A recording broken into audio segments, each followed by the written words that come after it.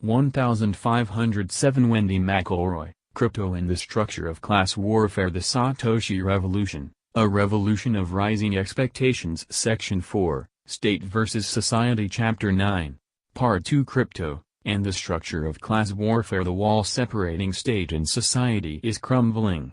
Or, rather, the state is taking a jackhammer to it in an aggressive attempt to control every aspect of productive and cooperative life. The people you deal with on a daily basis are ceasing to be good neighbors, honest merchants, and disinterested strangers. They are becoming state informants who monitor your expression, your money, your behavior and attitude in order to report you to the authorities. They are ceasing to be society and becoming instead the state. Murray Rothbard. Cryptocurrency has an advantage that almost every other alternative money in the past has lacked. It does not mimic state-issued currency or state-controlled transfer systems, such as banks. Its revolutionary structure and function are as uniquely compatible with society as they are antagonistic to the state. State versus society. Libertarian class analysis is based on the interaction of the two categories, which are in irresolvable conflict with each other. The structure of each class, the arrangement of their parts according to a unifying theme, are also antagonistic. Into this analysis, crypto enters with a framework that rebukes the state and provides society with what it has sadly lacked, a free market money for the average person. The compatibility of crypto and the free market and crypto is borne out by their remarkably similar structures. Society and the free market are used as synonyms here because, in its broadest definition, the free market is more than an economic dynamic. For example, there can be a free market of ideas. Broadly defined, the term refers to any free exchange. The structure of state, society, and crypto form follows function means that the basic shape of a thing is determined by its purpose. For Frank Lloyd Wright, the two were inseparable. Form follows function that has been misunderstood, Wright observed. Form and function should be one, joined in a spiritual union. This is true of government or the state, it is also true of society.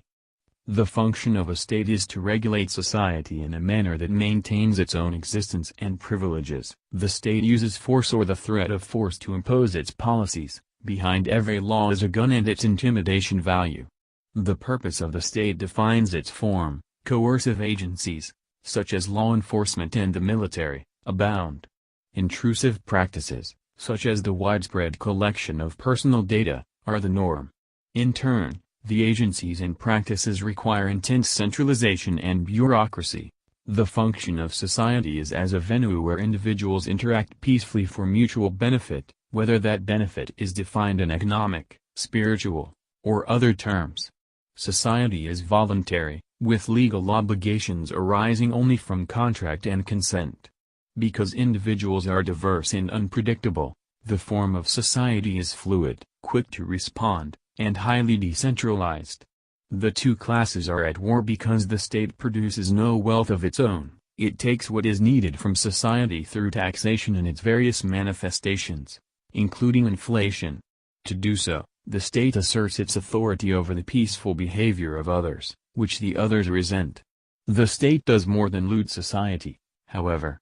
It usurps the functions of society, the interactions that should occur on the free market such as road construction and financial institutions. Over time, segments of society are reshaped to resemble arms of the state.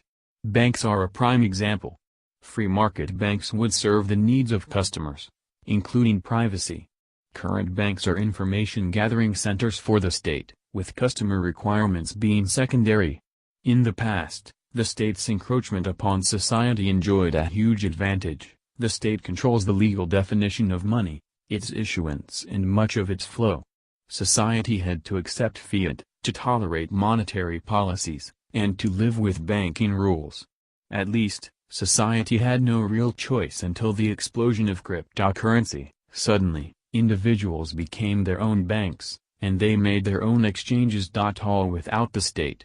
Crypto is the money of society, the money of people. This status is not negated by the fact that some people become ridiculously wealthy through crypto. The free market has always rewarded successful innovators and early adopters. The status is not damaged by crypto experiments that fail. The free market is a brutal laboratory, with many dead ends. Imprudent people, who lose money through foolish acts, discover that the free market is also a corrective mechanism, without compassion. Even fraud does not cast a shadow on crypto as the money of society. Fraud haunts all human activities, especially lucrative ones.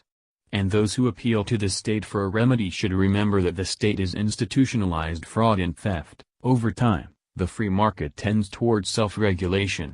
What can threaten crypto's role as the money of society? The greatest danger is the drive to change the function and form crypto from being an expression of society into an expression of the state. The drive for so-called respectability involves regulation, state issuance, and other measures that would reduce crypto to another form of fiat, another form of central banking. Crypto and society share the same basic form. One indication of crypto being the money of society is that the two have the same basic function and form. The function is to empower the individual, form follows. It is no wonder that crypto's structure parallels that of society itself. The parallels include, a hard structure underlies them both.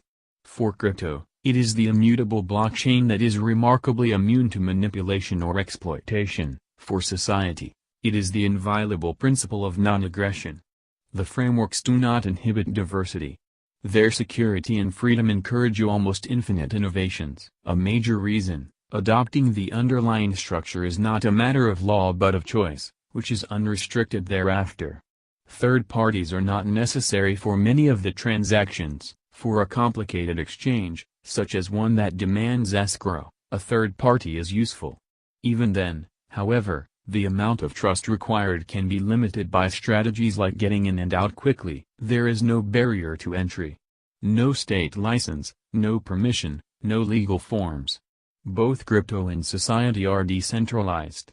Among the many advantages of this is that neither has a single point of failure where the entire system is vulnerable to bad actors. The individual is the locus of power. As long as a person retains his or her keys, that person controls their use. The parallel in society is the individual's right to say no. Transactions can be pseudonymous or announced to the world, depending on individual preferences. Crypto purchased with a faux identity, which uses a different wallet for each transaction, can be almost as anonymous as cash. Exchanges are not ideological or political. Crypto and the free market are great levelers of traditional social distinctions, such as the race or religion of a buyer or seller. Crypto and society are both worlds in which wealth is based on merit, including the profits that properly come from taking risks that succeed. By contrast, the structure of the state is antithetical to that of crypto and the free market. It is based on coercion rather than consent, it is centralized rather decentralized, its wealth comes from confiscation rather than merit. Form follows function. Conclusion: there is a popular myth about crypto. Namely, that free and state-controlled crypto can coexist. In theory, it is possible. In practice, it will not happen because state-issued or state-controlled crypto does not merely differ in terms of its origin but also in terms of its form. Crypto cannot serve both state and society. It cannot express both centralized control and decentralized choice. The two may exist in parallel for a time but, inevitably, the state will reach for a monopoly. Crypto is becoming a new frontier in class warfare between the state and society. The state will try to reshape crypto in order to serve its own purposes. Instead of privacy and individual choice, state crypto will involve total disclosure and regulation. Instead of accessibility for all and the absence of trusted third parties, there will be licenses or bank-like exchanges becoming an unavoidable third party. The incredible benefit of crypto to society will be turned upside down. And it will become a benefit to the state. State-issued or controlled crypto will be a bitter mockery of the original vision, but it is coming. And one of the major impacts of the brave new money will be almost invisible. The basic form of crypto will become the opposite of what it was created to express. This goes with the function of crypto changing. The best hope for free market crypto is that concepts, such as decentralization, are so deeply embedded into its structure that a state issue is doomed to fail. As a next resort, of course, the state will regulate what it cannot create. Society's money will become a bit riskier and more difficult to use. To be continued next week. Reprints of this article should credit Bitcoin.com and include a link back to the original links to all previous chapters. Wendy McElroy has agreed to publish her new book The Satoshi Revolution exclusively with Bitcoin.com. Every Saturday you'll find another installment in a series of posts planned to conclude after about 18 months.